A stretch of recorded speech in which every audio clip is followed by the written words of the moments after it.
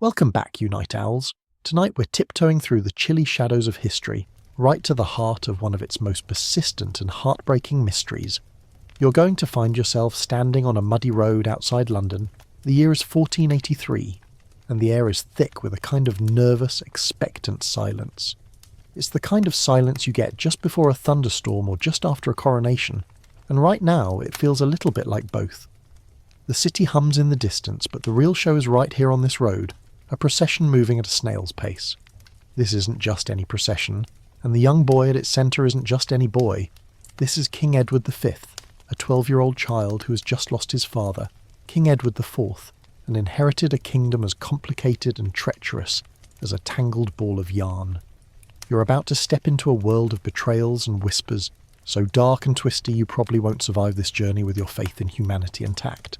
So before you get comfortable, take a moment to like the video and subscribe, but only if you genuinely enjoy what I do here. Let me know where you're listening from and what time it is, and we can all feel a little less alone in the dark. Now, dim the lights, maybe turn on a fan for that soft background hum, and let's ease into tonight's journey together. You're standing at the edge of the crowd, your breath misting in the cool April air. The procession is a spectacle of clanking armour and colourful banners, but your eyes are drawn to the pale, slender figure of young Edward V. He's surrounded by his maternal family, the Woodvilles, and their loyal supporters. There's his uncle, Anthony Woodville, Earl Rivers, looking every bit the dashing knight, and his half-brother Richard Grey. They are the ones who have brought the young king from Ludlow Castle in the Welsh Marches, where he was being raised and trained for his future role. Their journey to London, however, is a tense one. The late king's will stipulated that his brother, Richard, Duke of Gloucester, should be named Protector of the Realm until the new king came of age. This was a crucial role, one that gave him immense power and authority, and one that the Woodvilles, with their influence over the young king, were openly competing for. But here's a mainstream historical fact for you. The concept of the Protector was a well-established and necessary position in English law, when the monarch was a minor, but it was also a political hot potato. It had to be someone trusted by both the crown and the nobility, and in this case, the two factions were on a collision course. While the Woodvilles were moving Edward V swiftly towards London for his coronation, Richard of Gloucester was not idle.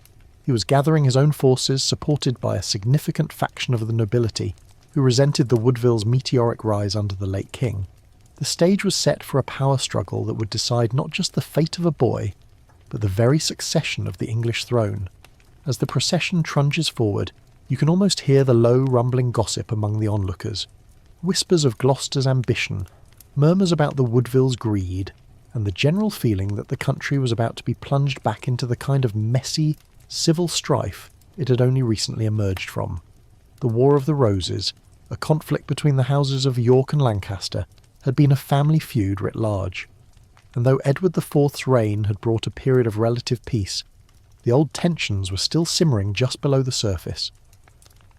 Now, here's a quirky tidbit to add to your mental image. King Edward IV, a towering figure of a man known for his charm and his impressive appetite, was also rumoured to have kept a crocodilian, or dragon, as a pet in the Tower of London. While this is almost certainly an absurd myth, it speaks to the fascination and fear surrounding the fortress, which was a royal residence, a treasury, a menagerie, and a prison all at once. Imagine that. A dragon just a stone's throw from where a young king is about to be placed. The symbolism is almost too perfect, isn't it?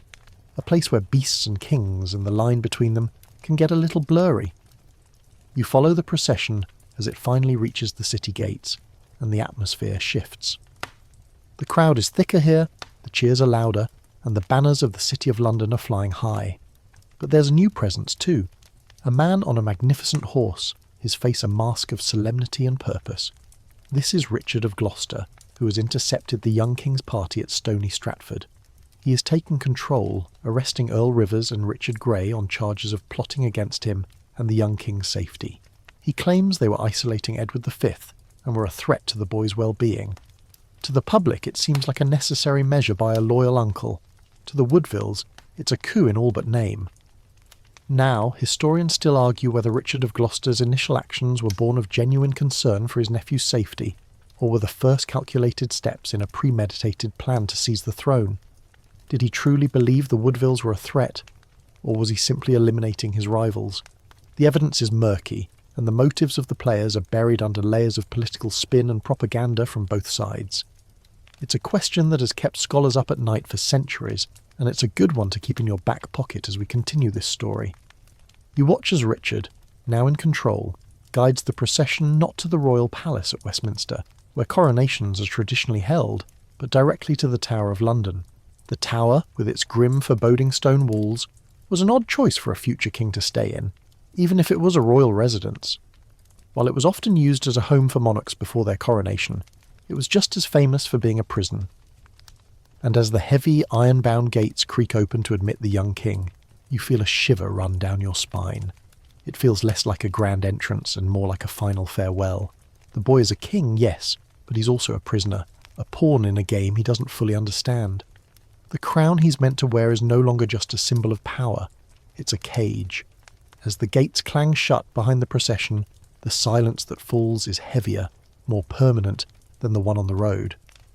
The boy king is now truly in the tower, and the first act of our tragic play has concluded. The Tower of London, you'll find, is not one single fortress, but a complex of interconnected buildings and courtyards, each with its own history and its own shadows. As you slip past the guards and into the inner ward, you're not just in a place, you're in a state of mind. The air is heavy with the scent of damp stone and a kind of historical dust, the kind that settles on secrets that have been hidden for a long, long time. The young King Edward V is now a resident, a guest of his uncle, Richard, Duke of Gloucester. Richard, the new protector, seems to be everywhere at once, his presence a palpable force in this enclosed world. He moves with a quiet, efficient purpose, surrounded by his own men, and every order he gives, every decision he makes is framed as being for the young king's safety and the kingdom's stability. You see him in meetings with the Privy Council, his expression a careful mixture of gravitas and concern. He has a way of speaking that makes his every pronouncement sound utterly reasonable, even as he systematically dismantles the power structure that the Woodvilles had so carefully built. He's not just a protector, he's a spider, and he's meticulously weaving a new web of authority. His first major move is to summon Parliament and set the date for the young king's coronation, a decision that seems to reassure the public that everything is proceeding as it should. But the date he sets is a little bit vague, a little bit when it's ready, which is a small detail that should make a little alarm bell go off in the back of your mind. But here's a mainstream historical fact that adds a layer of complexity to Richard's character. He had a reputation as a loyal and capable administrator during his brother Edward IV's reign. He was a successful military commander and was well regarded in the north of England, where he had extensive landholdings and influence. He wasn't some minor backbiting noble. He was a major player, a man of substance who had earned his position. So when he steps into the role of protector, many in the country saw it as a good thing, a strong hand to guide the country through the uncertainty of a child monarch. They saw him as the protector of the young king, not as his jailer. Of course, hindsight is 20/20, and we're looking at this with the knowledge of what happens next.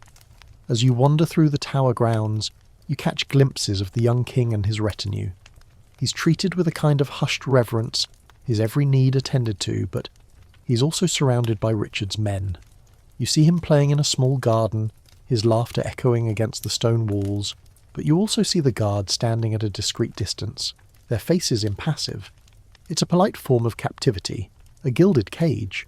He is a king, yes, but he is a king without a kingdom, his power now residing entirely in the hands of his uncle. Now, a quirky little tidbit that seems almost too on the nose. The raven population at the Tower of London is a well-known phenomenon, and legend has it that if they ever leave, the kingdom will fall. It's a fun little superstition, isn't it? A bit like a historical insurance policy against bad luck. But imagine, for a moment, a young boy, a king in all but name, watching these black-plumed birds hop around the grounds. What does he think of them? Does he see them as omens of his own fate? Do they whisper secrets to him in their harsh, croaking voices? Or are they just birds, another sign of his confinement? The presence of these feathered sentinels adds a little bit of atmospheric dread to the whole situation, don't you think? Meanwhile, outside the tower walls, London is abuzz with activity, and not all of it is good. Rumours are swirling, and Richard, ever the clever politician, is a master of managing the narrative. He's circulating whispers that the Woodvilles, Queen Elizabeth Woodville's family, were plotting to seize power, that they were a threat to the young king's life. He has his men, most notably the Duke of Buckingham, spreading these stories far and wide, framing his own actions as a necessary intervention to save the realm. It's a classic case of, I'm not the bad guy, I'm just here to clean up the mess. And here's where historians still argue whether Richard's actions were driven by genuine paranoia or pure ambition. Did he truly believe the Woodvilles were a threat? Or was it a convenient pretext for his own power grab? Was he acting out of a deep-seated loyalty to his late brother's memory, and a fear that his heirs would be manipulated? Or was he simply using that loyalty as a cloak for his own ascent? The lack of definitive proof for the Woodvilles' alleged plot makes it hard to say for sure, and Richard's subsequent actions certainly cast a long dark shadow over his stated intentions. It's the kind of historical whodunit that keeps people up at night, and the kind we can only piece together from the surviving records, which are, you have to remember, written by the winners. You watch as Richard, through his allies, begins to strip away the last vestiges of Woodville influence.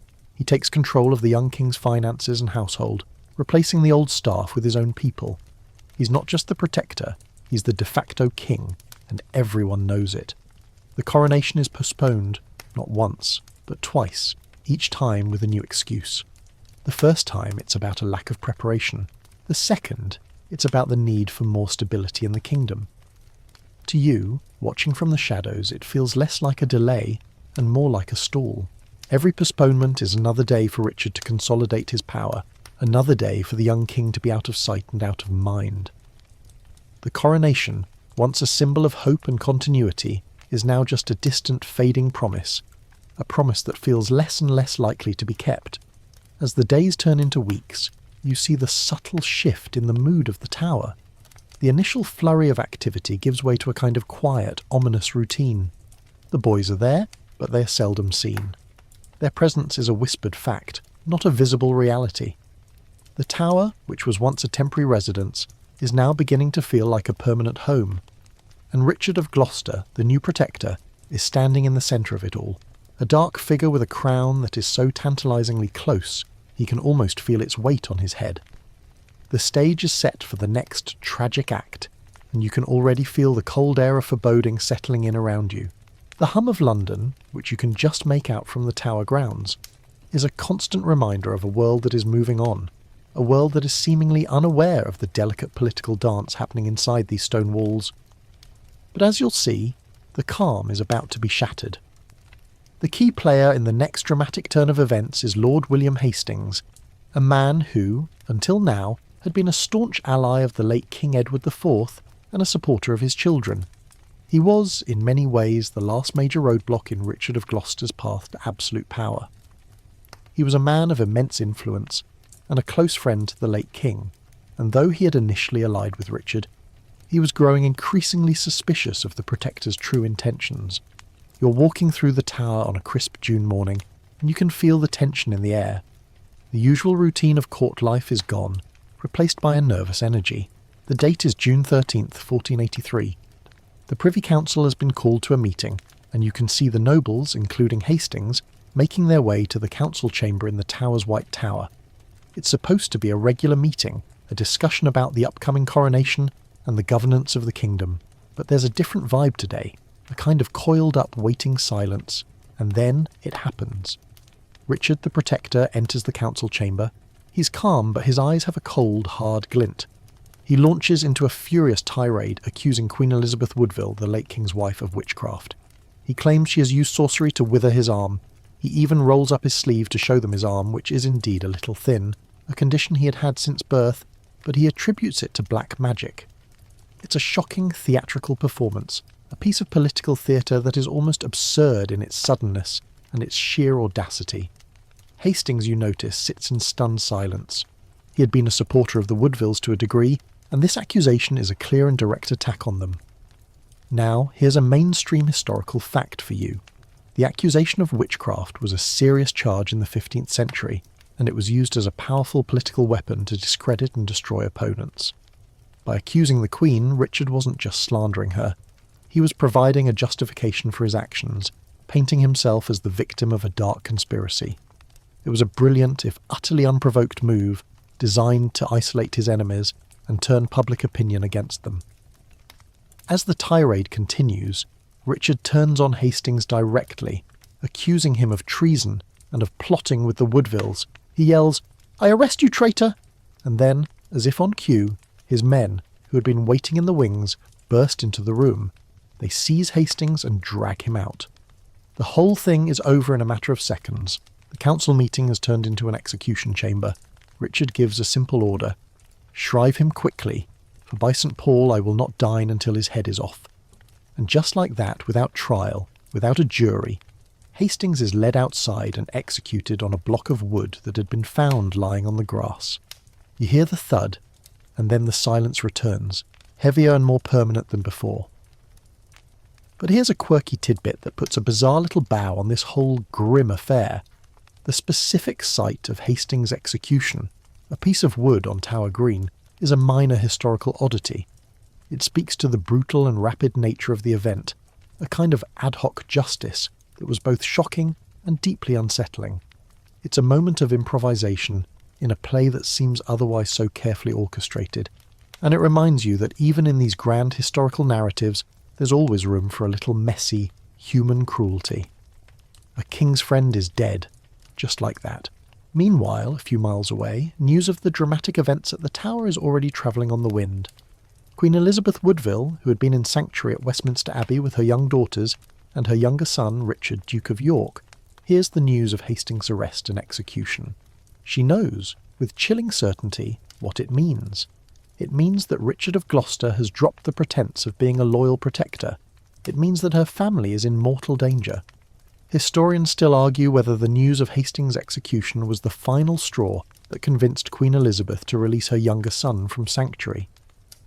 The abbey was a place of safety, a medieval safe house, and for a mother to willingly give up her child, even to an uncle, must have been a difficult, agonizing decision. Did she believe Richard's promises that the boy would be safe? Did she think that by giving him up she could protect her other children?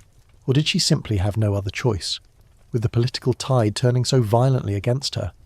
The truth is, we don't know her exact motivation, and it's one of the great open questions of this whole tragic story. You can imagine the scene at Westminster Abbey.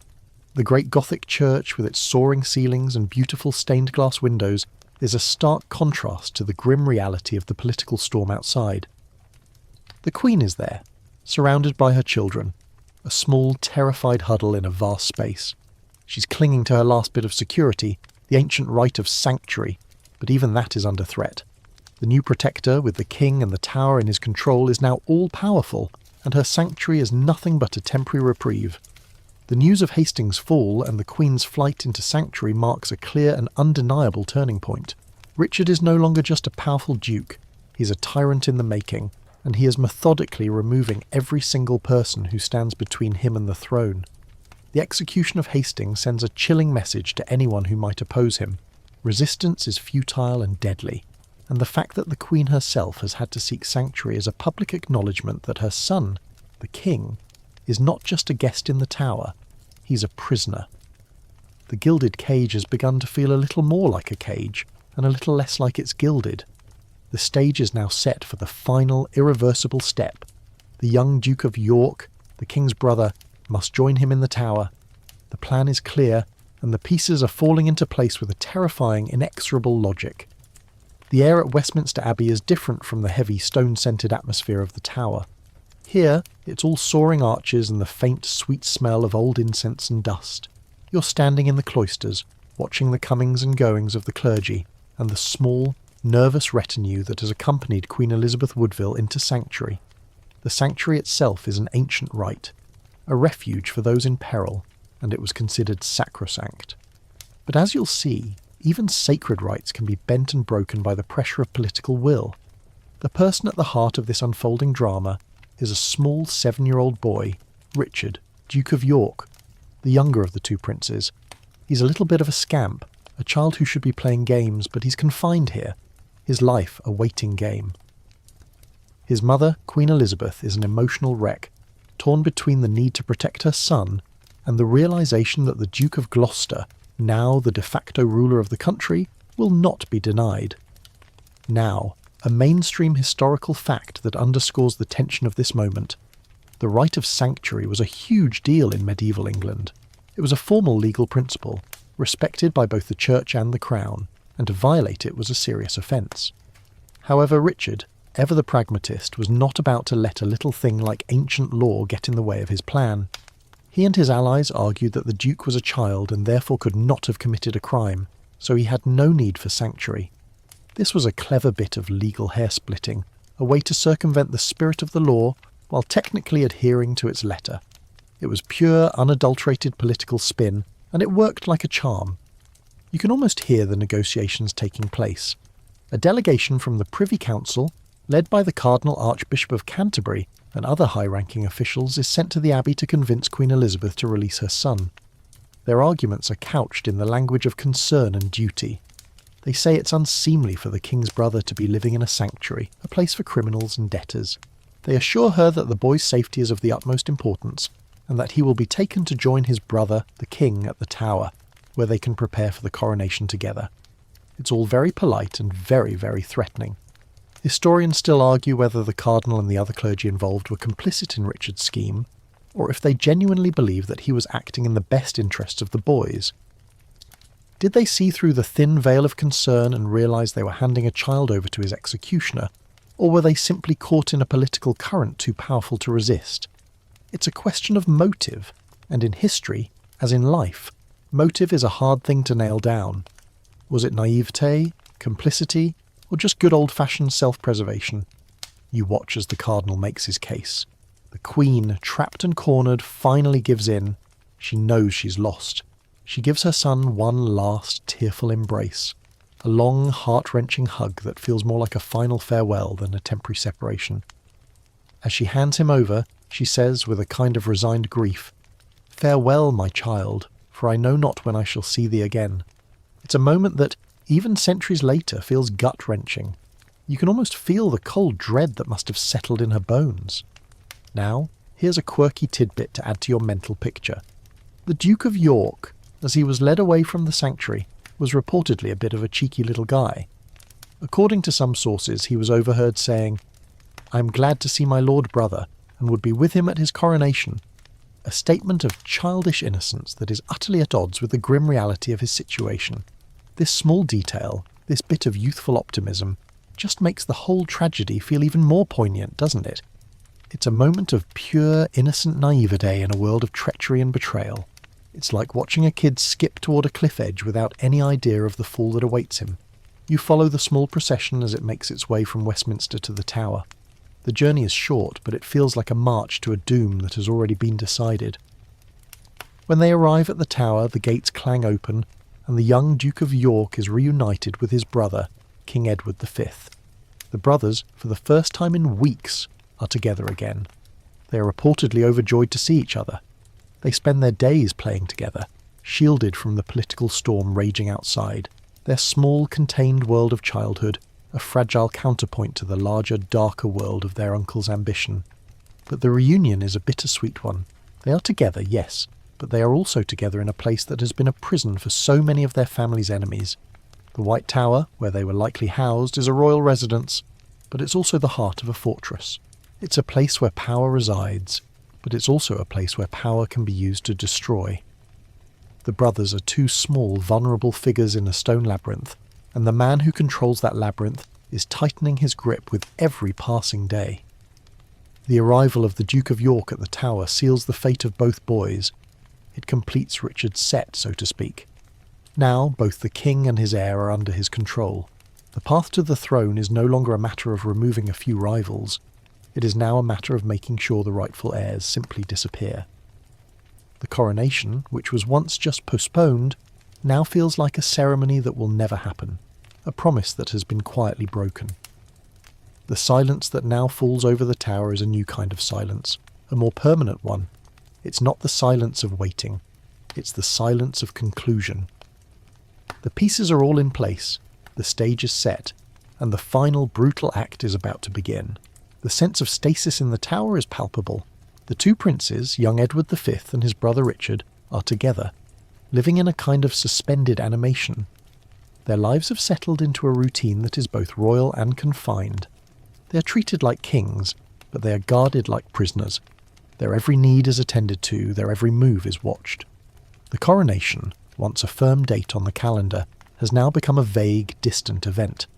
Each day it's sometime next week, or when the time is right, and the reasons given become thinner and less convincing.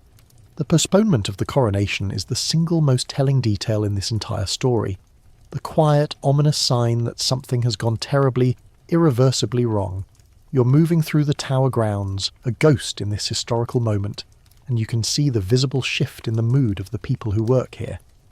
The initial nervous energy has been replaced by a kind of grim silence. No one talks about the coronation anymore. It's like a secret that everyone knows but no one dares to speak out loud. Lord Stanley, one of the few high-ranking nobles who still has a shred of independence, is outwardly loyal to Richard, but you can see the lines of worry on his face. He's trying to navigate a political tightrope, balancing his loyalty to the crown with the creeping dread that something is very, very wrong. Now, a mainstream historical fact to put this moment into perspective. A royal coronation was not just a fancy party. It was a deeply symbolic and legally binding ceremony. It was the moment a monarch was officially anointed and sanctified by the church. It was the public's acceptance of their new sovereign, a moment of national unity and celebration.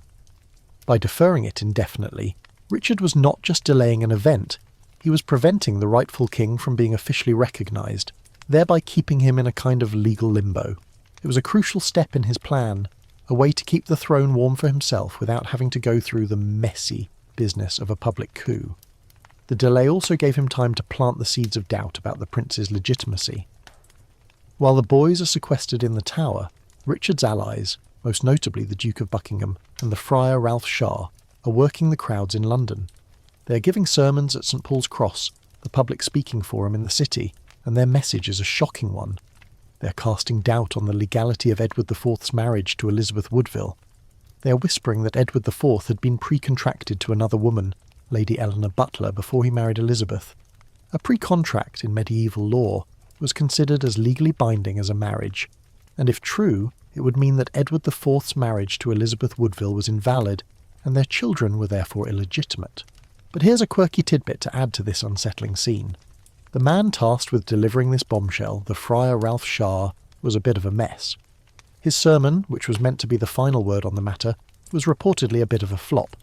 He got his facts a little muddled, and his delivery was so unconvincing that the crowd was reportedly unimpressed. It just goes to show you that even in a grand conspiracy, the execution can be a little sloppy. Richard's plan was a masterstroke, but its public rollout was a bit of a botch. The truth is, people were just getting tired of the endless political manoeuvring, and they were tired of being lied to. Now, historians still argue whether the claims of Edward IV's pre-contract to Lady Eleanor Butler were true. Was it a genuine but obscure legal fact that Richard simply brought to light, or was it a complete fabrication, a convenient lie concocted to justify his actions? The evidence is incredibly slim. There's no proof of a pre-contract, and a few historians have even floated the theory that it might have been a kind of rumour-mongering started by an angry mistress. It's a classic case of historical he said she said, a piece of information that is crucial to the story, and yet we have no way of knowing for sure if it's real. The postponement of the coronation and the public campaign against the prince's legitimacy are two sides of the same coin. They are both designed to create a power vacuum, to make it so that the only logical person to fill the void is Richard himself. The people are being told, in a million small ways, that the young king is not really a king, and that his brother is not really an heir. They are being told that the throne is empty, waiting for a strong, legitimate hand to take it. You can almost feel the political pressure building, a slow, inexorable squeeze.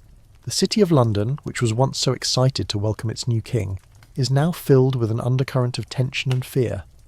The air is thick with rumours and whispers, and every person you pass on the street seems to be looking over their shoulder, wondering what will happen next. The coronation of a king is supposed to be a joyous occasion, but this one has become a ghost, a promise that haunts the city. It's a reminder of a future that was supposed to be and a future that is now, with every passing day looking less and less likely. The two princes in the tower are oblivious to the storm raging outside. They are in a bubble. a small, safe world of their own making. They are playing chess or reading books or just talking, two brothers who are all each other has in this strange and beautiful prison. And as you watch them, you can't help but feel a deep, mournful sadness. They are the living embodiment of a deferred future, a future that is being taken from them, piece by piece, by the man who is supposed to be their protector. The coronation has been deferred, yes, but what has really been deferred is the lives of these two boys, two lives that are now on a path to a tragic and uncertain end. The political machine that Richard of Gloucester has set in motion is now running at full throttle.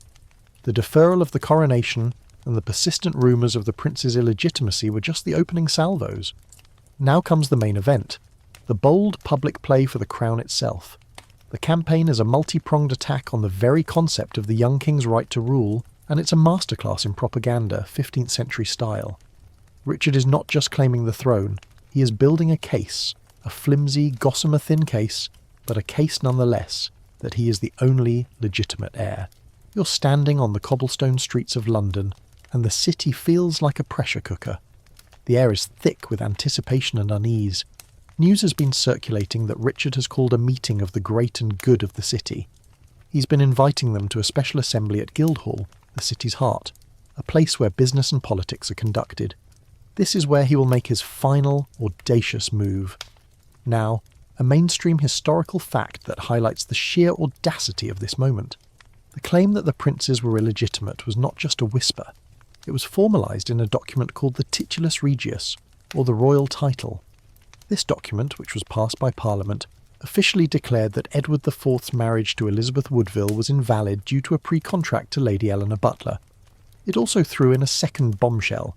It claimed that Edward IV himself was an illegitimate son, making him and his children unable to inherit the throne. This was a direct formal and legal justification for Richard to seize the crown. The document was a piece of historical gaslighting on a national scale. But here's a quirky tidbit to add a little bit of colour to this grim picture. The man who first put these claims into a formal document was a man named Dr. John Russell, a respected cleric and lawyer who would later become Bishop of Lincoln. The fact that a man of his standing would lend his name to such a document speaks to the incredible pressure and fear that Richard was able to exert over his contemporaries. Or maybe, just maybe, he genuinely believed what he was writing. The truth, as always, is murky. But the fact remains that a man of God was being used to justify a political power grab. A little piece of a man's soul sold for a king's favour. Historians still argue whether the claims in the Titulus Regius were a complete fabrication, or if there was a shred of truth to them.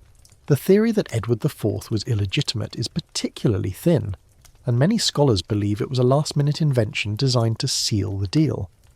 The document was an ingenious piece of political theatre, a way to use the law itself as a weapon, and it laid the groundwork for Richard's final claim to the throne. It was a formal public declaration that the two boys in the tower, though the sons of a king, had no legal right to the crown. They were now, in the eyes of the law, nobody. You watch as the day of the assembly arrives. The Duke of Buckingham, Richard's chief henchman, stands before the crowd. He is a charismatic speaker, and he lays out the case against the princes with a practised ease. He tells them of the pre-contract, of the illegitimacy of the boys, and he paints a picture of a nation on the brink of chaos, a nation that needs a strong legitimate ruler. The people who have been primed by weeks of rumours and whispers are receptive. They are looking for a solution to the political instability, and Buckingham is offering one neatly wrapped in a legal bow. But the most dramatic part of the whole charade is the moment when a man named Master Robert Stillington, Bishop of Bath and Wells, steps forward. He claims that he was the one who performed the secret pre-contract ceremony between Edward IV and Lady Eleanor Butler. He is a respected figure, and his testimony seems to give a kind of divine sanction to the whole sordid affair. Of course, he's a bishop and a royalist, and it's highly unlikely that he would have kept such a secret for so long, but in the fevered atmosphere of the moment, his words are enough. The crowd, which was initially hesitant, is now convinced. They have a bishop's word. They have a formal document. They have a sense of historical justification. They shout, "God save King Richard," and the deal is done. The city of London, once loyal to the young king, has now thrown its weight behind his usurping uncle. It's a sad, quiet betrayal, a moment that feels less like a roar of support and more like a resigned sigh. You're watching this from the sidelines, and you can't help but feel a profound sense of injustice. The legal and political manoeuvring is so cynical, so heartless. These men are not just playing with lives, they are playing with the very fabric of history. They are rewriting the past to justify their actions in the present. The two innocent boys in the tower, who are now legally nobodies, are at the centre of this storm, and yet they are completely helpless. They are two pawns in a very large game of chess, and the king is about to be taken. The message is clear. The throne is no longer for the son of a dead king. It is for the man who is strong enough and ruthless enough to seize it. The coronation that was deferred will now be a different coronation. A coronation for a man who is not a king by blood, but a king by force. The final, fatal step in the plan has been taken. The princes, once the centre of the kingdom, are now an inconvenience, a legal paradox and a problem that needs to be solved. And you, standing in the middle of this historical tragedy, can feel the chill of foreboding in your bones. The whispers of the city are now replaced with a new, dangerous cheer. The rightful king is gone, and the usurper has been crowned. The air in London, which was thick with rumours and whispers just a few days ago, is now crackling with a different kind of energy, the cold, hard reality of a new reign. The events of the last few weeks have moved with a terrifying speed. The two boys, once the focus of the kingdom, are now officially a historical footnote, stripped of their titles and their legitimacy. You're watching from the sidelines as the country pivots, and the name of the new king is on everyone's lips, Richard III. You're standing near Westminster Abbey on a cool June day, but it's a far cry from a coronation. This is something else, something more sombre and calculated. Richard is not waiting for a grand ceremony to begin his reign. He's already behaving like a king. He's moving from his temporary residence at Baynard's Castle to the Tower of London, a procession that is, in itself, a kind of coronation. He is now occupying the fortress that holds his nephews, a fortress that is both a royal palace and a convenient prison. The symbolism is chilling and unmistakable. Now, a mainstream historical fact that gives this moment its weight. On June 26, 1483, just a few days after his public claim was made, Richard formally assumed the throne, taking the regnal name of Richard III. This was not a coronation, but an act of royal power, a clear signal that he was not waiting for public approval or the official sanction of the church. He was the king, and he was making that very, very clear. The coronation would come later, on July 6th, but for now this act of self-proclamation was enough to cement his place as the new monarch. The Duke of Buckingham, his most loyal and ruthless ally, is at his side, looking pleased with himself. He is the man who helped to make all of this happen, the man who gave the speeches and twisted the arms, and now, you notice, he's reaping the rewards. He's been given vast land grants and titles, and he's basking in the glow of his newfound power.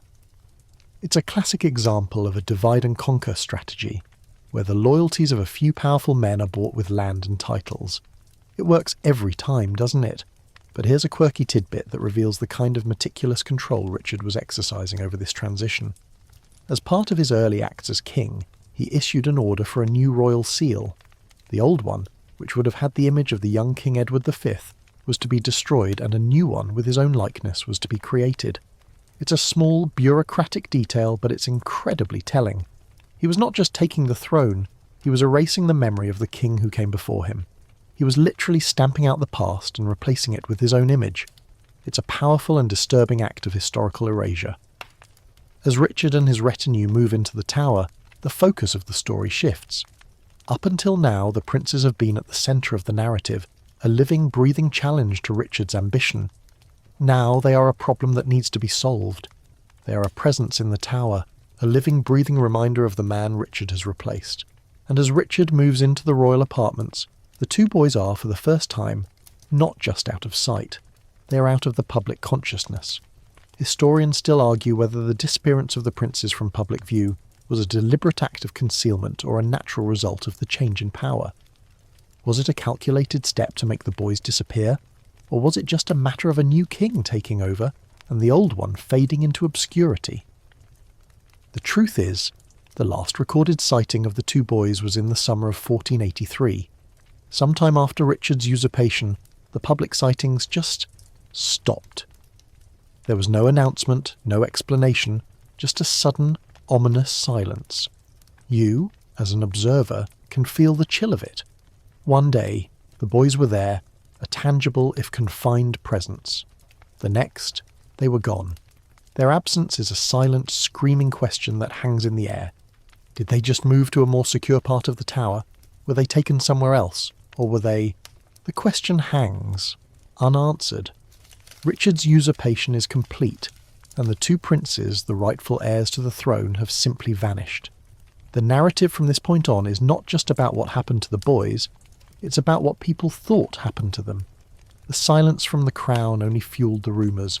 The absence of the princes became a political liability for Richard III. The whispers of foul play started to spread, first in hushed tones in the city's pubs and marketplaces, then in the more formal settings of the nobility. The man who had used rumours and innuendo to seize the throne was now the subject of the same kind of insidious gossip. It's a moment of delicious historical irony, isn't it? Richard III's reign, which began with such a cynical act of political manoeuvring, would be short and ultimately tragic. He would rule as a strong king, but his reign would be plagued by the persistent whispers about the fate of his nephews. He was a man who won a crown, but he lost the trust of his people, and the ghosts of the two boys in the tower would haunt him until his final dramatic end. The usurpation is complete. The new king is on the throne, but the problem of the two princes has not been solved. It has simply been moved to the shadows, where it will fester and grow into a legend. The silence that now envelops the tower is a thick, tangible thing. The kind of silence that doesn't just mean no sound. It means something is missing. You're still in London, but the city has changed. The initial shock of Richard's usurpation has faded, replaced by a deep undercurrent of unease. The public, who had cheered for a new king, are now asking a silent question that hangs in the air like a fog. Where are the boys? You see it in the faces of the people in the marketplace. They talk about the king, they talk about the weather, but you can see them exchanging glances, a shared, unspoken curiosity. The last time anyone of consequence saw the two princes, it was sometime in the summer of 1483. The royal household records, which would normally detail the comings and goings of the princes, abruptly go silent. There's no more mention of their expenses, their clothing, or their tutors. It's as if they were written out of the ledger of history. Now, a mainstream historical fact that gives this moment its weight. The first public awareness of the prince's disappearance was not a sudden revelation, but a slow, creeping realization. The official line from the new king was a kind of deliberate ambiguity. When asked, his spokespeople would simply say that the boys were being cared for, or that they were in seclusion for their own safety. But as weeks turned into months, the answers became more strained, and the whispers turned into a low, persistent hum of suspicion. The silence was, in itself, an answer, but here's a quirky tidbit that adds to the unsettling nature of the silence. The prince's own mother, Queen Elizabeth Woodville, was reportedly the first to raise a public alarm. She was still in sanctuary at Westminster Abbey with her daughters, and she began to ask with increasing urgency what had happened to her two sons. She was the one who was spreading the word that the boys had vanished. The fact that the boys' own mother, the Queen Dowager, couldn't get a straight answer from the new king spoke volumes. It made the whispers louder, the suspicions deeper. Historians still argue whether the disappearance of the princes was the result of a single, definitive event, or if it was a more gradual process. Did the boys just fade from public view, or were they secretly moved to another location? Was there a single, brutal moment, or was it a slow, deliberate act of historical erasure? The lack of any formal announcement or record of their fate makes it impossible to say for sure, and the fact that the two boys, who were once the centre of the kingdom, could just vanish without a trace, is a chilling reminder of how vulnerable people, even royal people, were in this turbulent time. The political climate in England is now a tinderbox. The king, Richard III, is trying to govern, to put down rebellions and to secure his new throne, but he is constantly being undermined by the ghost of the two boys in the tower. The very thing he did to consolidate his power is now the one thing that is tearing it apart.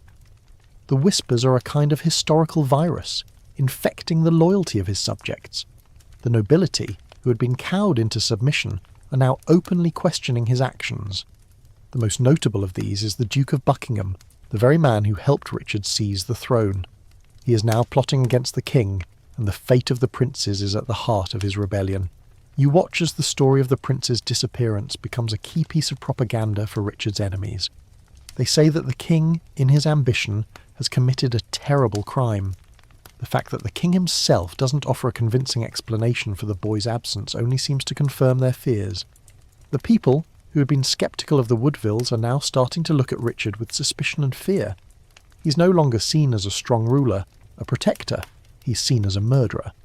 This is the point where the legend of the princes in the tower is born. The stories are whispered in hushed tones around the hearths of England. The details are fuzzy, the facts are a mystery, but the moral of the story is clear. Richard III, the man who was supposed to be a protector, is a monster. He is a man who was willing to murder his own family for a crown. The legend is a political weapon, a way to turn the people against their new king. It's a tale of a terrible crime and a terrible secret, and it's a story that will haunt the English monarchy for centuries to come. The rebellion of the Duke of Buckingham is a direct result of this shift in public opinion. He and his fellow conspirators want to overthrow Richard III, and they need a new king, a new champion.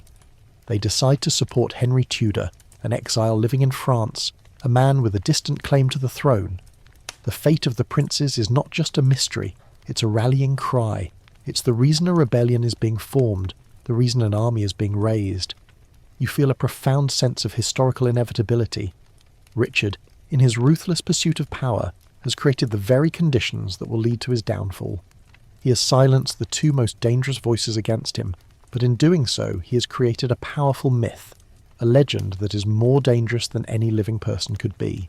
The two princes are gone, but their ghosts are everywhere, and they are preparing the way for a new king. The story of the princes is no longer a personal tragedy. It's a national crisis, and it's a crisis that will, you'll see, lead to a final, bloody confrontation. The stage is set for a war, and the two princes, though absent, are the reason for it all. The political climate in England is now a full-blown storm. Richard III's reign, which began with such a flourish, is now being battered by a constant gale of rumour and rebellion. The Duke of Buckingham's failed uprising was just the beginning. The discontent fuelled by the mystery of the prince's disappearance is a smouldering fire that is about to ignite. You're now a witness to the rise of a new challenger, a man who is not a great warrior or a charismatic leader, but a man who is very, very good at using a powerful narrative to his advantage. Henry Tudor. You're no longer in London. You're somewhere on the coast of France, in a small, cramped room, and the air smells of old maps and salt. You're watching Henry Tudor, an exiled English noble, and his small band of followers. They're poring over maps, and their faces are grim but determined. Henry Tudor is an unlikely hero. He has a very thin claim to the throne, a claim that comes through a female line and is fraught with legal and political complications. But he has something that Richard III doesn't. He has the moral high ground. Now, a mainstream historical fact that underscores the brilliance of Henry Tudor's political strategy.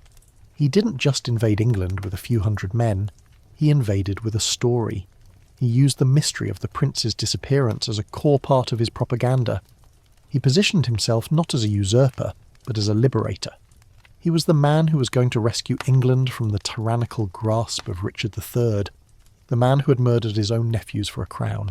The fact that the prince's fate was uncertain was for Henry a political gift. He didn't have to prove anything. He just had to point to Richard's lack of a good explanation and let the people draw their own conclusions. But here's a quirky tidbit that reveals the kind of meticulous political messaging Henry was using. He was also promising to marry Elizabeth of York, the prince's older sister. This was a masterstroke of political cunning. It would unite the warring houses of Lancaster, his own family, and York, the family of the princes. It was a way of saying, I'm not here to destroy the Yorkist dynasty, I'm here to save it.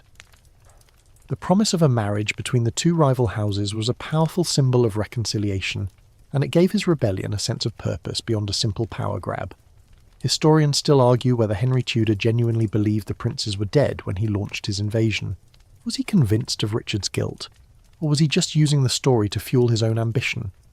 The truth is, we don't know for sure.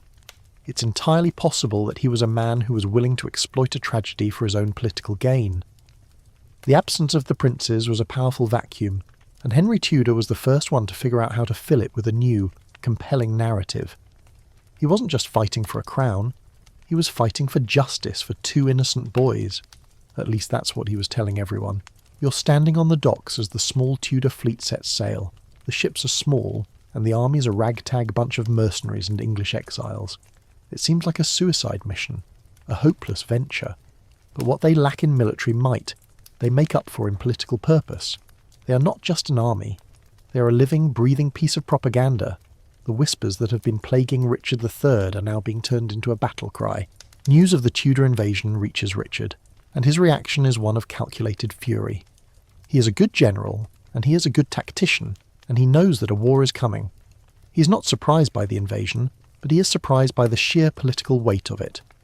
The man who had been so good at controlling the narrative is now finding himself on the defensive.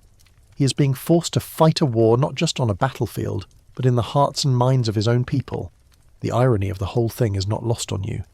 Richard, who was so good at using a story to seize power, is now being undone by a story. The very thing he did to win the crown is now the reason he will lose it. The ghosts of the two princes are a more formidable enemy than any army, and they are marching with Henry Tudor. The rebellion is no longer a small, localised issue. It's a full-blown national crisis. The nobility, who have been sitting on the fence, are now starting to choose sides.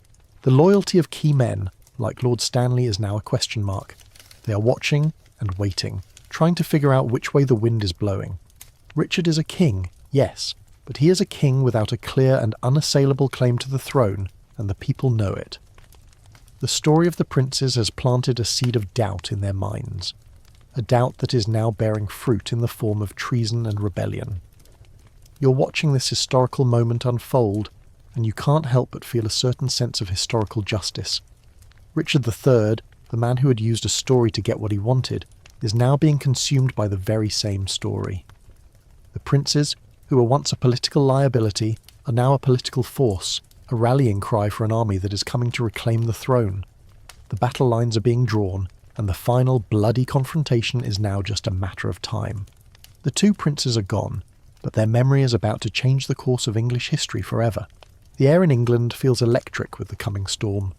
The Tudor invasion is no longer a distant rumour. It is a very real, very present threat. Henry Tudor has landed at Milford Haven in Wales, and he is marching inland, his small army growing with every passing mile. He is gathering support from the Welsh nobility, who see him as one of their own, and from English lords who have grown tired of Richard III's heavy-handed rule and the persistent, unsettling mystery of the princes in the Tower. The stage is set for a final, decisive confrontation that will either secure Richard's throne or end his reign and his life. You're not on a muddy road anymore. You are standing on a battlefield, a sprawling open field near the small town of Market Bosworth. It's August 22nd, 1485, and the sun is rising on what will be a defining day in English history. You can see the two armies drawn up for battle. Richard III's forces are larger, more experienced, and seemingly better organised. He's on a magnificent horse, wearing a crown on his helmet, and he looks every bit the king and the warrior he is. He is a formidable sight, and you can see a kind of cold, hard resolve on his face. He knows this is his last chance to prove his legitimacy, to silence the whispers and cement his place in history. Now a mainstream historical fact that adds a layer of intrigue to this moment. The loyalties of two key figures on the battlefield, the brothers Lord Stanley and Sir William Stanley, were uncertain. They had brought their own private army to the battle, but they had not committed to either side. Their presence was a wild card, and their decision to either join the fray or stand back would decide the fate of the two kings. Richard, in a desperate attempt to force their loyalty, was holding Lord Stanley's son as a hostage. This act of desperation, however, only seemed to push the Stanleys further away from him. But here's a quirky tidbit that puts a bizarre little bow on this whole grim affair. Richard III, a man who was reportedly very concerned with his public image, was wearing his royal crown into battle. It was an act of both confidence and desperation. He was literally putting the crown on the line, saying to his men and his enemies, "I am a king, and I am here to fight for my crown." It was a bold move, but it was also a reckless one. It made him a very clear target, and it put the symbol of his power at risk. It's a bit like wearing your expensive watch to a bar fight, isn't it? It just feels like a bad idea. The battle begins, and the clash of steel and the roar of men fill the air. The fighting is fierce, but the tide begins to turn against Richard. His allies are faltering and his men are not fighting with the same conviction as Henry's forces. The rumours of the prince's murder, the lack of popular support and the sheer moral weight of Henry Tudor's cause are a more effective weapon than any sword or arrow. Richard is losing not just the battle, but the hearts and minds of his own men. And here's where historians still argue whether the Stanley brothers' intervention was a premeditated decision or a last-minute choice. Did they have a secret deal with Henry Tudor all along, or did they simply wait to see which way the wind was blowing before they committed to a side? The truth is, we don't know for sure. But what we do know is that when the battle was at its climax, the Stanleys' forces finally entered the fray, not on Richard's side, but on Henry Tudor's. It was the final devastating betrayal, the straw that broke the camel's back. Richard, seeing his army crumbling around him, makes a final desperate move. He sees Henry Tudor at a distance, surrounded by a small retinue, and he charges a single furious warrior on a magnificent horse, his crown glinting in the sun. He's trying to end the war with one final decisive blow. He fights with the ferocity of a cornered animal, and he manages to kill a few of Henry's men, but he is eventually surrounded and killed. His crown, the symbol of his power, is reportedly knocked from his helmet and lands in a nearby hawthorn bush. You witness the end of an era.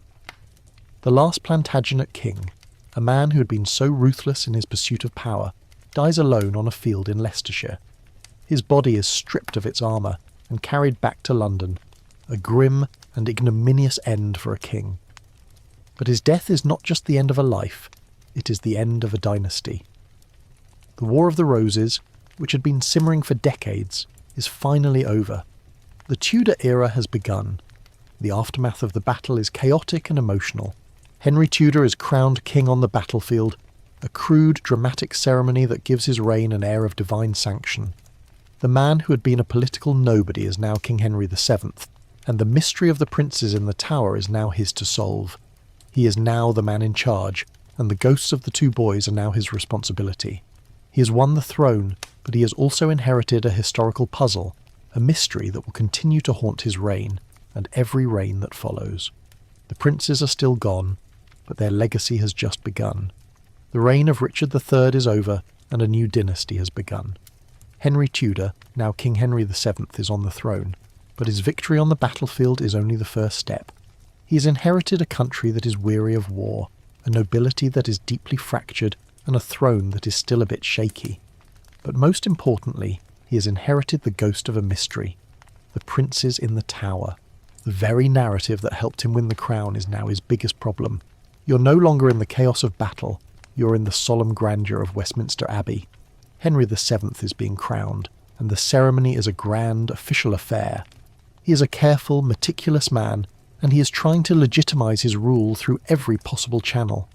His coronation is not just a party, it is a statement. He is trying to say, I am the rightful king, and he is doing everything he can to make people believe it. Now, a mainstream historical fact that highlights the political savvy of Henry VII, one of his first and most crucial acts was to have the Titulus Regius, the document that declared the princes illegitimate, formally repealed by Parliament. He had the document burned and all copies destroyed. This was a direct, formal refutation of Richard III's claim to the throne, and a public acknowledgement that the princes were, in fact, the rightful heirs.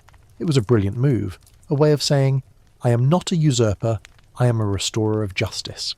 But here's a quirky tidbit that reveals the kind of meticulous control Henry was exercising over the historical narrative.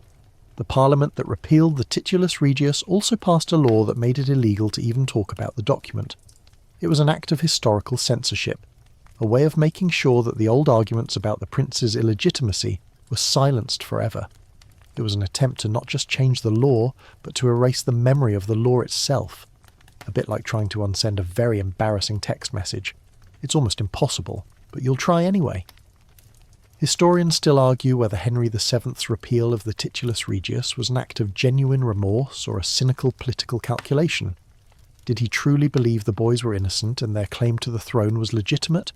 Or was he just using their story as a convenient way to delegitimize his predecessor? The truth is, we don't know for sure. But what we do know is that he was a man who was very good at using the past to serve the purposes of the present. He was the one who had used the prince's story to win the throne, And now he was the one who had to deal with the consequences of that story. The biggest consequence was the persistent belief, among some, that one or both of the princes were still alive.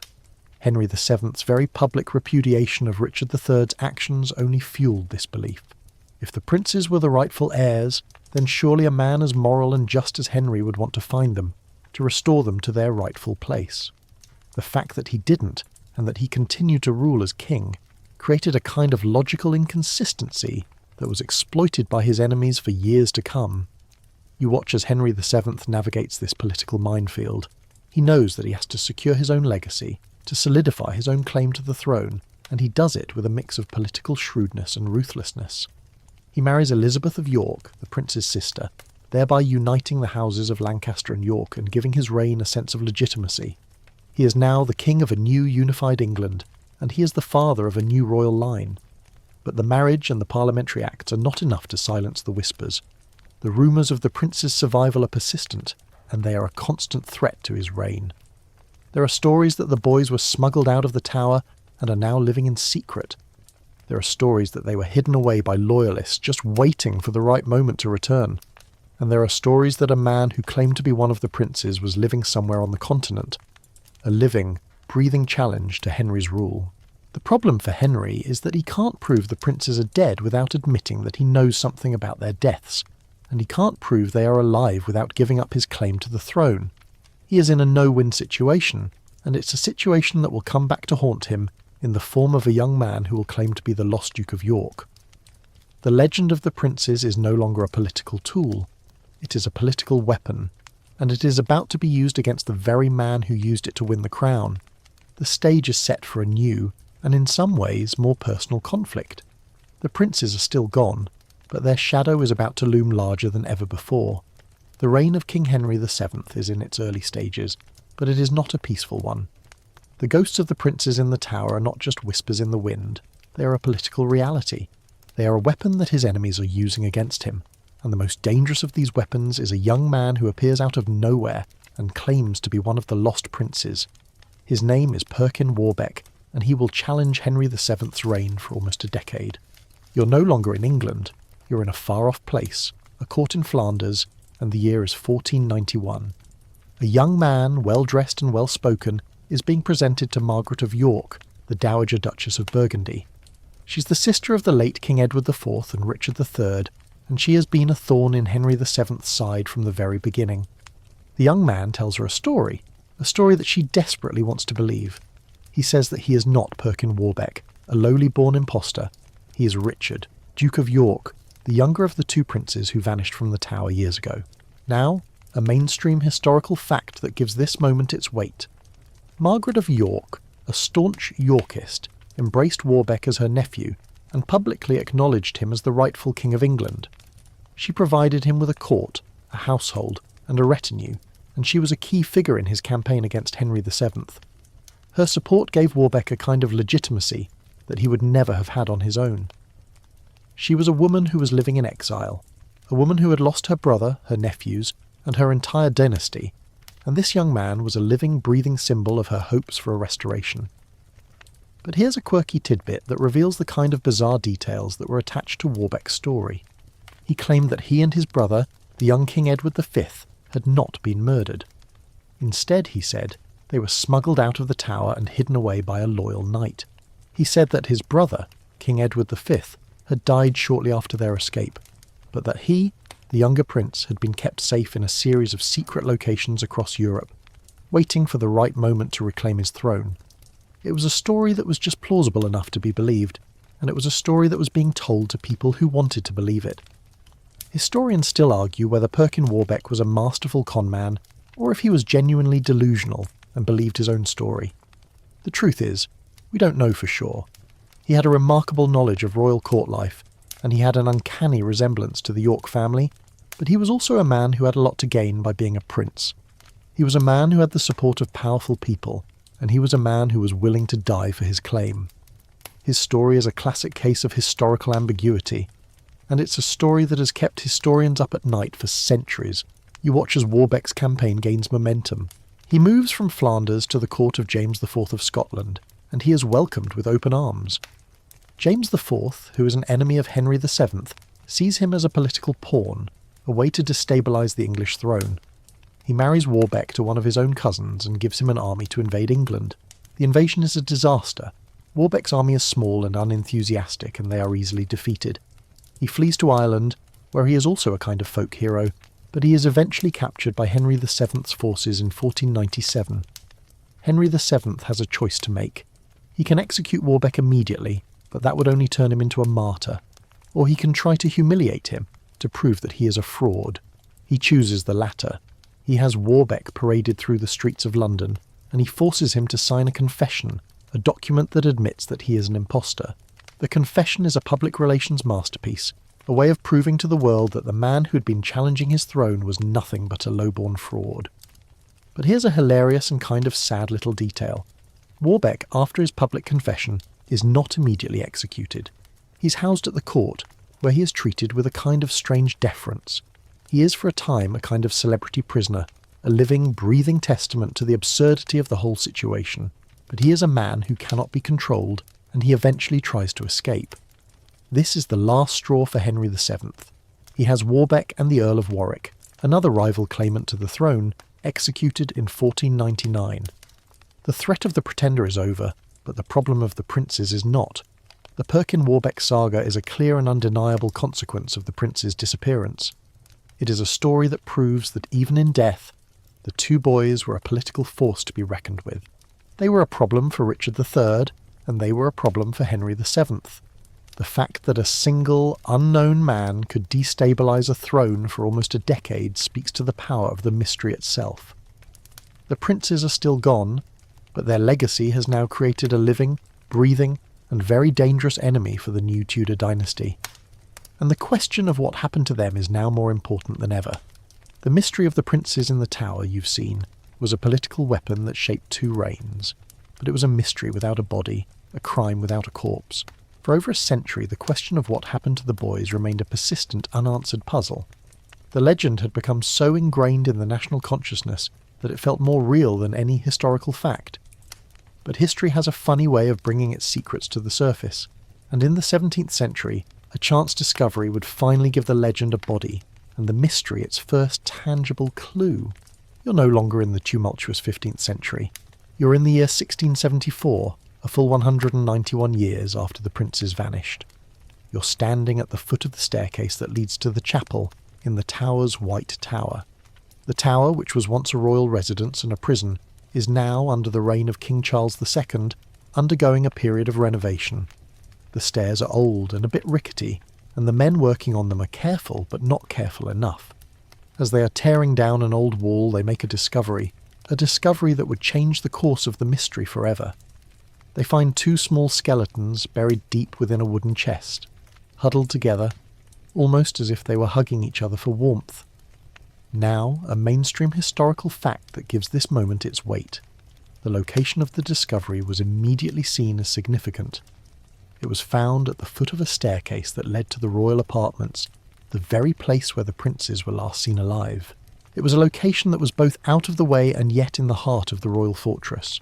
It was a place where a secret could be kept for centuries. The men who found the skeletons were, to their credit, aware of the historical significance of their find, and they immediately informed the authorities. But here's a quirky tidbit that reveals the kind of bizarre details that were attached to this discovery. The chest itself, a small wooden box, was so old and so rotted that it practically disintegrated on contact. The men who found it reportedly said that the bones were in a confused heap, a phrase that speaks to the haphazard and rushed nature of the burial. It's a sad little detail, a reminder that the people who had buried these bodies were not doing it with reverence or care, but with a sense of urgency. Historians still argue whether the discovery of the skeletons was a genuine historical revelation or a carefully orchestrated piece of Tudor propaganda. Was it a chance discovery, or was it something that was meant to be found?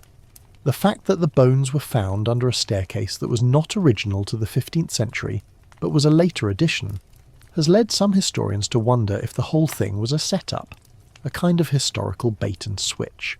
The truth is, we don't know for sure. But what we do know is that the discovery of the bones was immediately seized upon by the royal authorities as a definitive answer to the mystery. You watch as the bones are exhumed and brought to the attention of King Charles II. He immediately declares them to be the remains of the two princes and orders that they be given a proper royal burial in Westminster Abbey. This was a direct formal acknowledgement by the Crown that the princes had in fact been murdered, and that the long-standing rumour was in fact a historical truth. The burial in Westminster Abbey, the most sacred and royal of all places, was a way of giving the boys a kind of historical justice, a kind of peace that they had been denied in life. It was a way of saying, the mystery is over, the boys are dead. But here's a funny and kind of sad little detail. The bones were not subjected to any kind of formal scientific analysis at the time. They were just looked at by a few people who concluded, based on their size, that they were the bones of two small boys. It's a reminder that in the 17th century the rules of evidence were a lot more relaxed. The fact that the king was so quick to declare them to be the princes speaks to the political convenience of the discovery. It was a way of finally putting to rest a long-standing historical problem. The discovery of the bones gave the mystery a new life, and it gave the pro-Tudor, anti-Richard III narrative a new and very powerful piece of evidence. The bones were seen as definitive proof that Richard III had murdered his nephews. The story was no longer just a rumour, it was a physical fact. The bones were a kind of historical microphone, broadcasting a message that had been silenced for centuries. The story of the princes had finally found its ending, but it was an ending that would, you'll see, only lead to more questions. The case was closed, yes, but the debate had just begun. The bones were a solution to the mystery, but they were also a problem in their own right, and it would take centuries of modern science to figure out what they really were. The story of the bones, which began with a chance discovery in the 17th century, did not end with a royal burial. It just went on hold for another few hundred years. The mystery, which had been so tantalizingly close to being solved, was simply pushed into a new, quieter kind of darkness. The bones, now resting in a fancy urn in Westminster Abbey, were no longer a piece of evidence. They were a holy relic, a physical reminder of a historical crime. But history, like a stubborn detective, eventually comes back to its unsolved cases, and in the 20th century the bones of the two boys would be re-examined, this time with the full force of modern science and forensics. You're no longer in the musty grandeur of Westminster Abbey. You're in a cold, sterile laboratory in the year 1933. The urn containing the bones has been exhumed, and a team of scientists, including the renowned forensic anthropologist Lawrence Tanner, are poring over the small, fragile remains. The world has changed. The rules of evidence have changed. The tools of investigation have changed. This is no longer a matter of royal decree. It's a matter of scientific fact. Now, a mainstream historical fact that gives this moment its weight. The team of scientists, for the first time, conducted a full forensic analysis of the bones. They measured them, they photographed them, and they looked for any and all clues that could help them determine the identity of the two individuals. They were looking for something that the 17th century investigators didn't have: hard, scientific proof. They were trying to answer the questions that had been haunting the mystery for centuries. Were the bones those of two boys? Were they the right age? And was there any evidence of foul play? But here's a quirky tidbit that reveals the kind of bizarre details that were attached to this new investigation. The team of scientists were reportedly very surprised by the condition of the bones. They were not just a confused heap. They were in very bad shape, and a number of them were missing. It was as if they had been handled poorly in the 17th century, or perhaps they had been damaged in the hurried burial. It was a detail that spoke to the messy, human reality of the historical event. It's not just a story, it's a physical reality, a reality that is full of holes and missing pieces. Historians still argue whether the findings of the 1933 investigation were definitive. The scientists were able to determine, with a high degree of certainty, that the bones were those of two boys. They estimated the age of the larger skeleton to be around 12 to 13, and the smaller one to be around 9 to 11. These ages, which were consistent with the ages of the two princes, were seen as a major breakthrough. It was a powerful piece of evidence that suggested that the bones were in fact the remains of the two boys who had vanished from the tower. But the problem, as always, was a matter of proof. Was it a coincidence, or was it a definitive answer? The scientists could only say that the ages were consistent, not conclusive. The investigation also looked for evidence of how the boys had died. They were looking for marks of violence, for a skull fracture, for a stab wound, for anything that could tell them how these two boys had come to be in a wooden chest at the foot of a staircase. But they found nothing. There were no marks of violence on the bones, no signs of a struggle, no evidence of a definitive cause of death. The lack of evidence was, in itself, a kind of evidence, a kind of quiet, ominous silence that suggested that the boys had been suffocated or poisoned, a method of murder that would leave no trace on the skeletal remains. You're watching as the scientists come to their conclusion, a conclusion that is both satisfying and frustrating. They have a body, but they don't have a smoking gun. They have a strong suspicion, but they don't have a definitive answer. The bones, which were supposed to solve the mystery, have only deepened it. They have given the ghost a physical form, but they have not given it a voice. The story of the princes in the tower is no longer just a historical legend. It's a cold case, a historical puzzle that has been passed down from generation to generation, and it's a puzzle that is still waiting for its final, crucial piece. The bones were a major breakthrough, yes, but they were also a kind of historical bait and switch. They gave us an answer, but they also raised a new set of questions. The most important of these questions was this: if the bones were the princes, and if they were murdered, who did it? The bones themselves couldn't tell us, and the evidence, as always, was a matter of interpretation. The pro-Richard III camp, which had been on the defensive for centuries, now had a new piece of evidence to work with. They could argue that the lack of a cause of death was proof of nothing, that the bones were not the princes, that the whole thing was a Tudor conspiracy. And the pro-Henry VII camp, which had been so quick to declare victory, now had a new problem to solve. The bones were a kind of Rorschach test for historians, a way of seeing what they wanted to see. The mystery, you'll find, is not just about the past, it's about the present, and it's about our own biases and beliefs. The case of the princes in the tower is a historical puzzle that is still waiting to be solved. And the bones, which were supposed to be the final word, are just the first page of a new, more complicated chapter. The mystery of the princes in the tower you've seen is no longer just a story. It's a historical puzzle with tangible clues and a long list of suspects. But as with any good mystery, the finger of suspicion has always pointed most directly at one man, Richard III. He was the one who had the most to gain from the boy's disappearance, and he was the one who was in a position to make it happen. The case against him is built not just on circumstantial evidence, but on a kind of logical inevitability, a compelling narrative that has been a historical consensus for centuries. You're standing in a quiet corner of a university library, surrounded by dusty tomes and old manuscripts. You're no longer an observer in a historical event, you're a juror in a historical trial. The evidence is being laid out before you, piece by piece, and the prosecutor is making a very strong case. The first and most compelling piece of evidence is motive.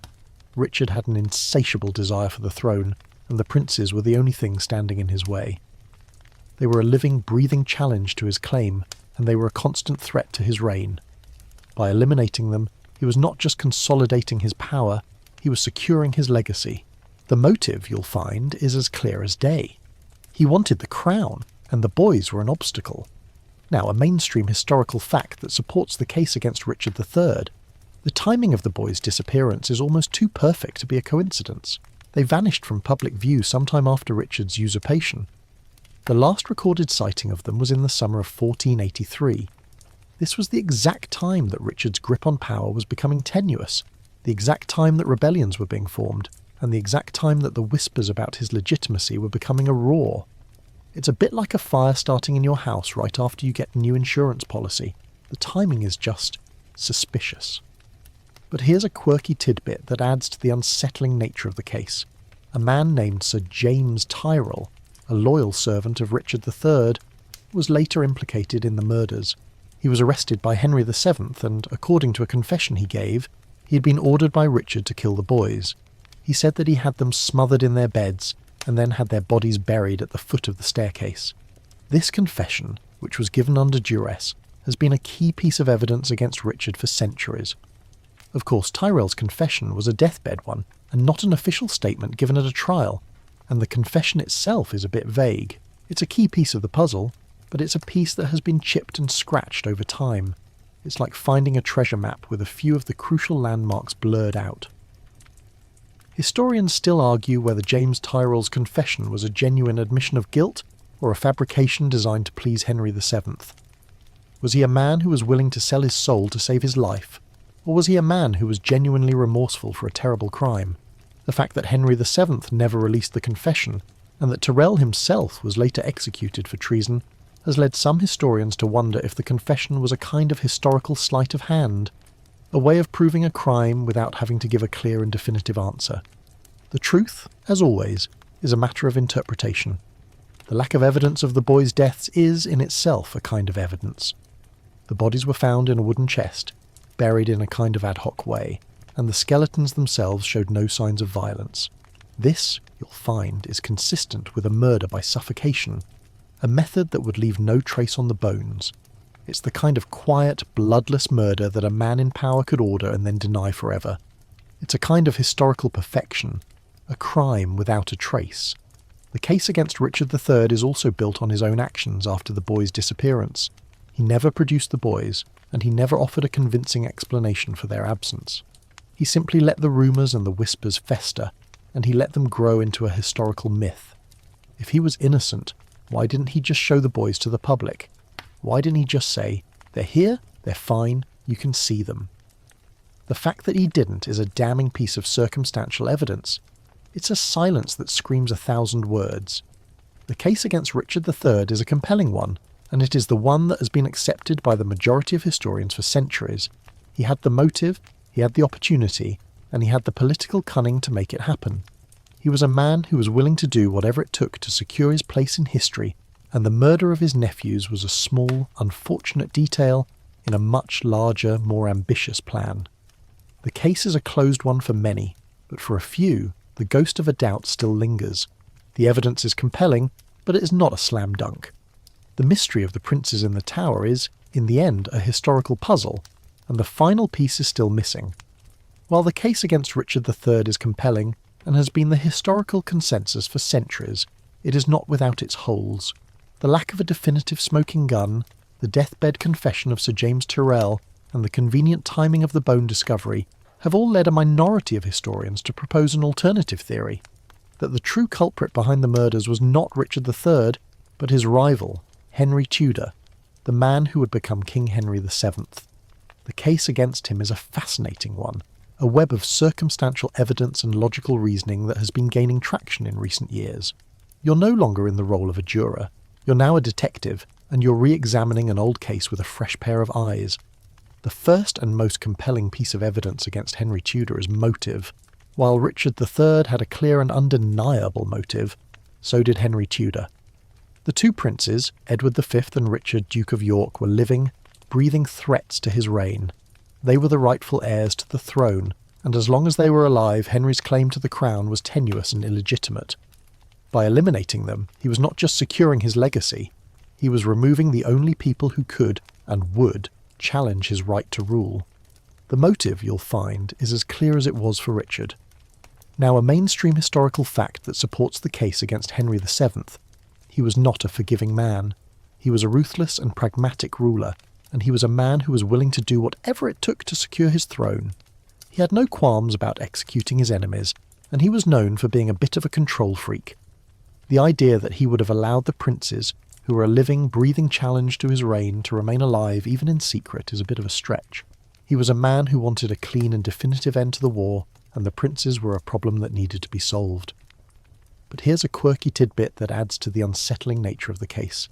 A man named Sir John Nesfield, a key figure in the Perkin-Warbeck saga, claimed that he was told by the Bishop of Worcester that Henry VII had confessed to the murders. Of course, this is a third-hand account, a kind of historical gossip that is impossible to prove, but it does suggest that there were whispers and rumours in the Tudor court that the new king was in fact the murderer. It's a bit like a game of historical telephone, a story that gets passed down from person to person, and the truth gets a little bit twisted along the way. Historians still argue whether Henry VII would have been willing to commit such a heinous crime. Was he a man who was willing to do whatever it took to secure his throne, or was he a man who was in his own mind a moral and just ruler? The truth is, we don't know for sure, but what we do know is that he had the means, the motive, and the opportunity to make the princes disappear. The fact that the prince's fate was a key part of his propaganda campaign against Richard III only adds a layer of cynicism to his character. He was a man who was willing to use a tragedy for his own political gain. The lack of evidence of the boys' deaths is, in itself, a kind of evidence. The bones, you'll recall, showed no signs of violence. This, you'll find, is consistent with a murder by poisoning or suffocation, a method that would leave no trace on the bones. It's the kind of quiet, bloodless murder that a man in power could order and then deny forever.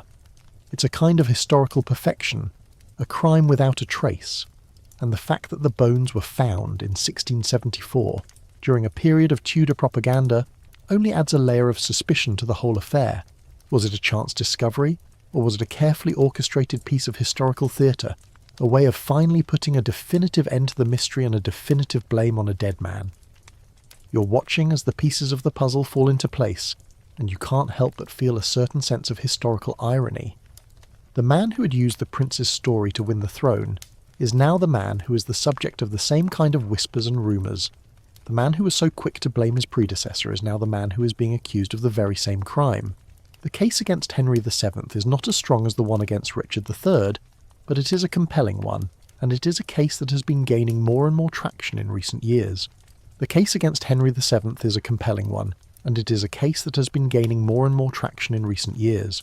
He had the motive, he had the opportunity, and he was the kind of ruthless, pragmatic ruler who would have been willing to do whatever it took to secure his place in history. The murder of the princes would have been a small, unfortunate detail in a much larger, more ambitious plan. The case is a closed one for many, but for a few, the ghost of a doubt still lingers. The evidence is compelling, but it is not a slam dunk. The mystery of the princes in the tower is, in the end, a historical puzzle, and the final piece is still missing. The bones are a solution to the mystery, but they are also a problem in their own right, and the case of the princes in the tower is a historical puzzle that is still waiting to be solved. The case of the princes in the tower, you've seen, is not just a two-man show. While the main suspects are, and will always be, Richard III and Henry VII, a number of other names have been floated over the centuries, each with their own motive, means, and opportunity. These are the historical footnotes, the shadowy figures who, for a brief moment, may have been the ones to commit the crime that would change the course of English history forever. The case against these other suspects is not as strong, but it is a fascinating web of circumstantial evidence and historical what-ifs that adds a new layer of intrigue to the mystery. You're now a kind of historical sleuth, looking at the case from a different angle, and the suspects are a colourful cast of characters. The first and most compelling of these is the Duke of Buckingham, Henry Stafford. He was a key figure in Richard III's usurpation, a man who gave the speeches and twisted the arms, and he was a man who had a great deal to gain from Richard's reign. But he was also a man who was known for his ambition, a man who had a very thin claim to the throne through a convoluted line of descent from Edward III.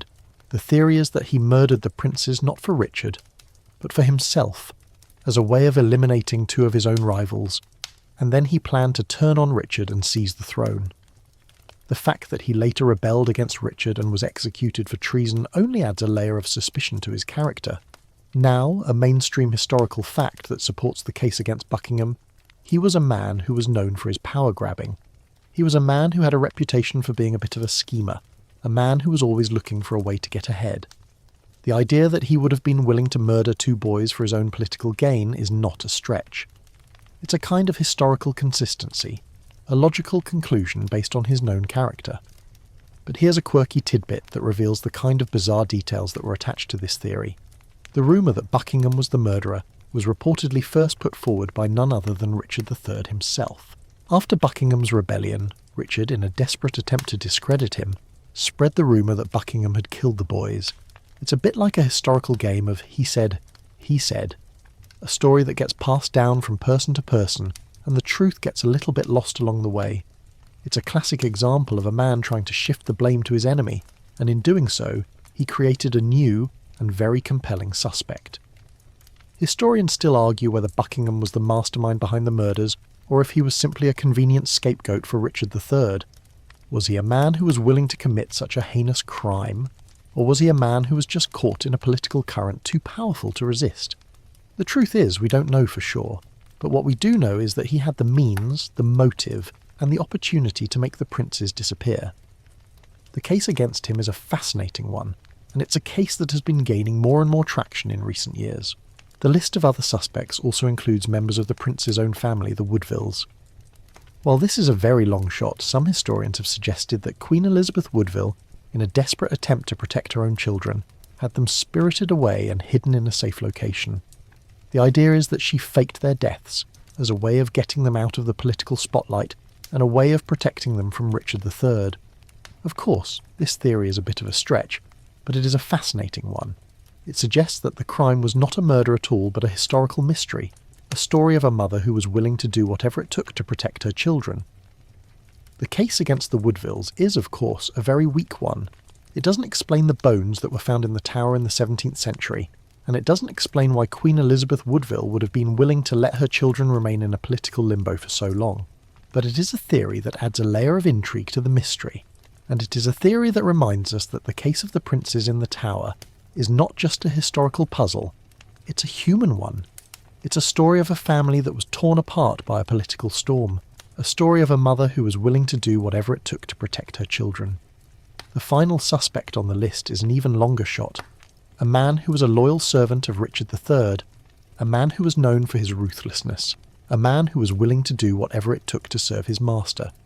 The theory is that this man, whose name has been lost to history, was the one who was ordered by Richard to kill the boys. He was a man who had a reputation for being a bit of a henchman, a man who was willing to do the dirty work, and he was a man who was never implicated in the crime. He was a kind of historical phantom, a man who existed only in the shadows, a man who was a convenient solution to a very messy problem. The case against these other suspects is not as strong as the one against Richard III or Henry VII, but it is a case that reminds us that the mystery of the princes in the tower is a historical puzzle with many pieces. The bones are a solution to the mystery, but they are also a problem in their own right, and the case of the princes in the tower is a historical puzzle that is still waiting to be solved. The mystery is not just about the past, it's about the present, and it's about our own biases and beliefs. The case of the princes in the tower is a historical puzzle that is still waiting to be solved, and the bones, which were supposed to be the final word, are just the first page of a new, more complicated chapter. The story of the princes in the tower you've now seen is not just a historical event, it's a historical puzzle, a cold case that has been passed down from generation to generation, and it's a puzzle that is still waiting for its final crucial piece. We have seen the crime, the suspects, and the evidence, but we have not seen a definitive final answer. The mystery of the princes in the tower is, in the end, a story that is not about what happened, but about what we believe happened. It's a story that is not about facts, but about faith. It's a story that is a mirror, a reflection of our own historical biases and beliefs. You are now at the end of our journey, standing in the cold stone chamber of the Tower of London, and the air is thick with the weight of centuries of unanswered questions. The two princes, the rightful heirs to the throne, are gone, and their absence is a silent, screaming question that hangs in the air like a ghost. The mystery of their fate has shaped two reigns, and it has created a legend that has haunted the English monarchy for centuries. The story is over, but the debate is not. Now a mainstream historical fact that underscores the enduring power of the mystery. The question of the prince's fate has never been definitively solved by a royal commission or by any kind of official body. The case is, in the eyes of the law, still open. The bones that were found in the 17th century are still considered to be the most compelling piece of evidence, but they are not in themselves a definitive answer. They are a clue, a piece of the puzzle, but they are not the whole picture. The mystery, you'll find, is not just a historical event, it's a part of our historical identity, a part of the very fabric of our national story. But here's a quirky tidbit that reveals the kind of bizarre details that are still attached to this mystery. A number of people have, over the centuries, come forward and claimed to be a descendant of one of the princes. These claims, which are almost always debunked, speak to the enduring power of the legend. People want to believe that the princes survived, that the story had a happy ending, and they are willing to go to great lengths to prove it. It's a kind of historical hope. A hope that the story of the princes is not a tragedy, but a fairy tale. Historians still argue whether the mystery of the princes in the tower will ever be solved. The truth is, we may never know for sure what happened to them. The evidence is gone, the witnesses are dead, and the only thing we have left are the stories, the rumours, and the whispers. But the fact that we are still talking about it, that we are still debating it, that we are still trying to solve it, speaks to the power of the mystery itself. The princes are gone, but their legacy has just begun. The mystery of the princes in the tower is a historical lesson. It's a lesson about the nature of power, about the darkness that can reside in the human heart, and about the way that a story can be more powerful than a sword. It's a lesson about the way that a crime without a body can haunt a nation for centuries, and a lesson about the way that a story, a legend, can become a historical fact. The princes in the tower are not just a historical footnote. They are a historical symbol, a symbol of innocence lost, of a kingdom betrayed, and of a mystery that will never ever be solved. The story is over now. Our journey through the shadows of the past has come to an end, but the questions linger, don't they?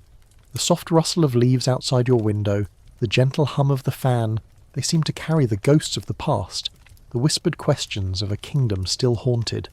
You can almost feel the chill of the tower's stones, the weight of the crown, the silence that fell after the last living glimpse of two young brothers. It's a silence that has echoed for over 500 years, a silence that reminds us that sometimes the most profound stories are the ones that never find their final chapter. So let the mystery rest for now, let it settle back into the quiet corridors of history. The princes are gone, but their story, as you now know, will never truly disappear.